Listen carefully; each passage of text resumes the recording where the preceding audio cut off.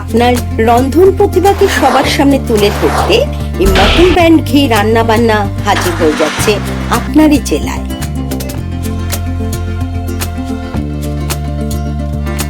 আপনিও যদি চান আপনার এই প্রতিভাকে সবার সামনে তুলে ধরতে, অতি অবশ্যই স্ক্রিনে দেওয়া এই হোয়াটসঅ্যাপ নাম্বারে যোগাযোগ করুন।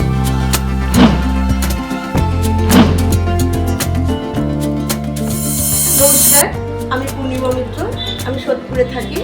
আমি আজকে এসেছি মটন ব্র্যান্ডের ঘিয়ের রান্নাবান্না ঘরে। আজকে আমি বানাচ্ছি এক্সট্রা পরোটা। পরোটাটা করতে লাগবে আমি 3টে ডিম নিয়েছি, গাজর আছে, পেঁয়াজ আছে, কাঁচা লঙ্কা আছে, নুন আছে, আর আছে চিনি, আর আছে মটন ব্র্যান্ডের দেশি ঘি আর গাওয়া ঘি। আমি আটাটাকে মেখে ডো করে নিয়েছি, আর এখানে আটাটা বেলার জন্য আছে অল্প একটু ময়দা। চলুন এবার আমার সাথে দেখি কি করে বানানো হয়। সবার প্রথমে আমি মটন ব্র্যান্ড ঘিটা নিচ্ছি। ঘিটা দিয়ে আমি এই কটাকে ভাজবো। ঘিটা গলে গেলে, ঘিটা গলে এসেছে, এইবার আমি দিয়ে দেবো গাজর কুচি,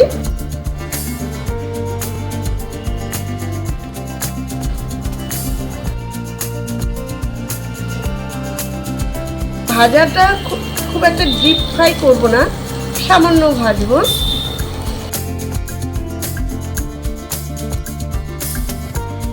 গাজরটা মোটামুটি হয়ে এসেছে, হালকা ফ্রাই।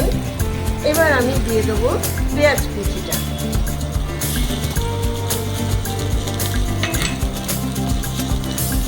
তার সাথে দিয়ে দেবো কাঁচা লঙ্কা কুচি।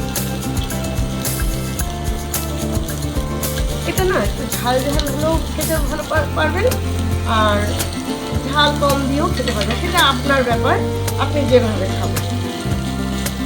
পেঁয়াজটা মজে যাওয়ার জন্য তাড়াতাড়ি আমি দিয়ে দেবো সামান্য একটু নুন।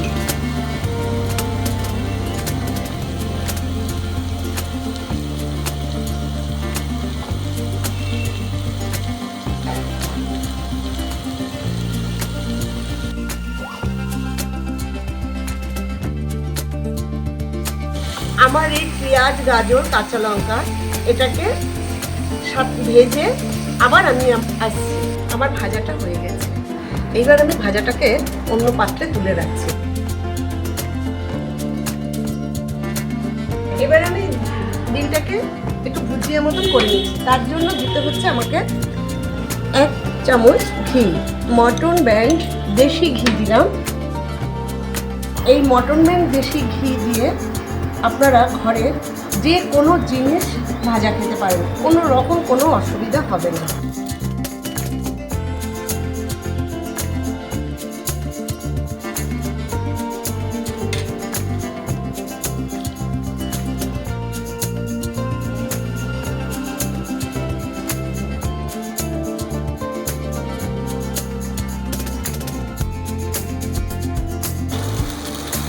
আমার ভুজিয়াটা হয়ে গেছে।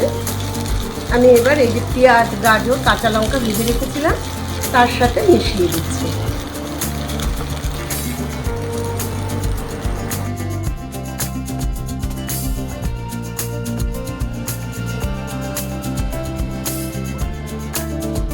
পেঁয়াজ, গাজর, কাঁচা লঙ্কা একসাথে যে আমি ঘিয়ে আগে ভেজেছিলাম সেইটাকে আমি একটু মিশিয়ে নিচ্ছি।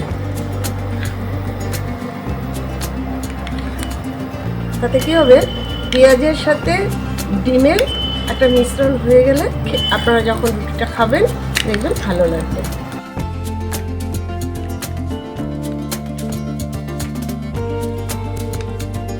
এবার আমি রুটির মতন করে এটাকে বেলে নেব।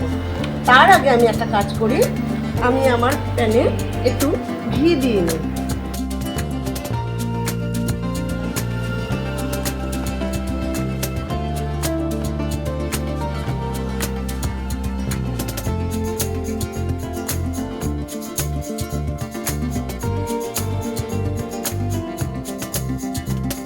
রুটি বেলা আমার হয়ে গেল। এইবার আমি রুটির মধ্যে পেঁয়াজ, গাজর, কাঁচা লঙ্কা আর যে ডিমটাকে ভুজিয়া মতন ভেজেছিলাম সেটাকে দিয়ে দিলাম।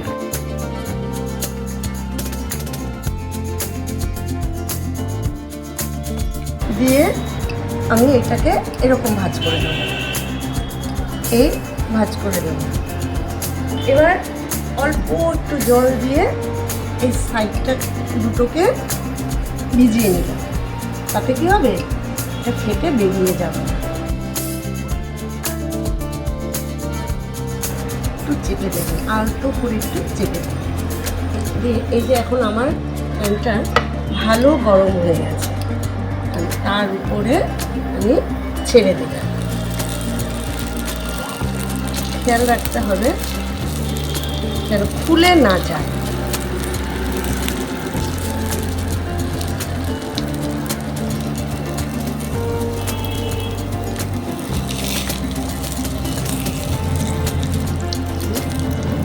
এটা আমার ভাজা হতে থাকুক, ততক্ষণে আমি আরেকটা লেচি বেলা হয়ে গেছিলো যে, তার মধ্যে আমি পুরটাকে ভরে আমি আবার ফিরে আসছি।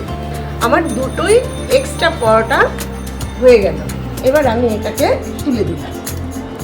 আমি এটাকে একটু কেটে দিচ্ছি।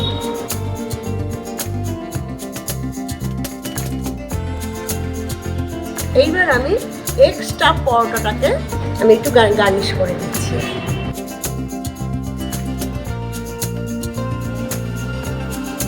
একটু সাজিয়ে দিচ্ছি।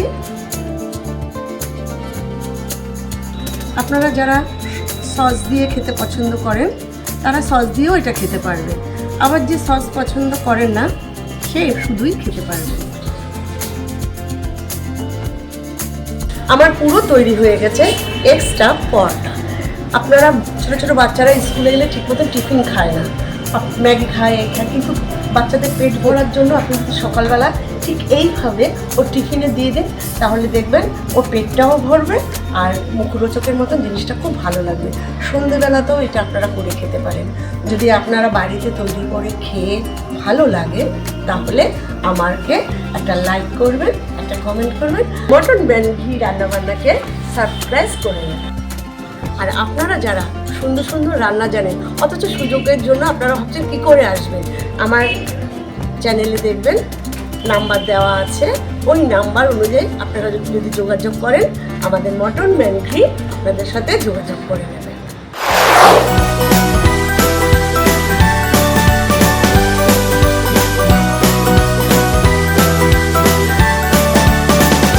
মটন ব্যান ঘি রান্নাবান্না চ্যানেলটিকে সাবস্ক্রাইব করুন, লাইক কমেন্ট করুন ও শেয়ার করে দিন আপনাদের বন্ধু বান্ধব ও আত্মীয় স্বজনকে।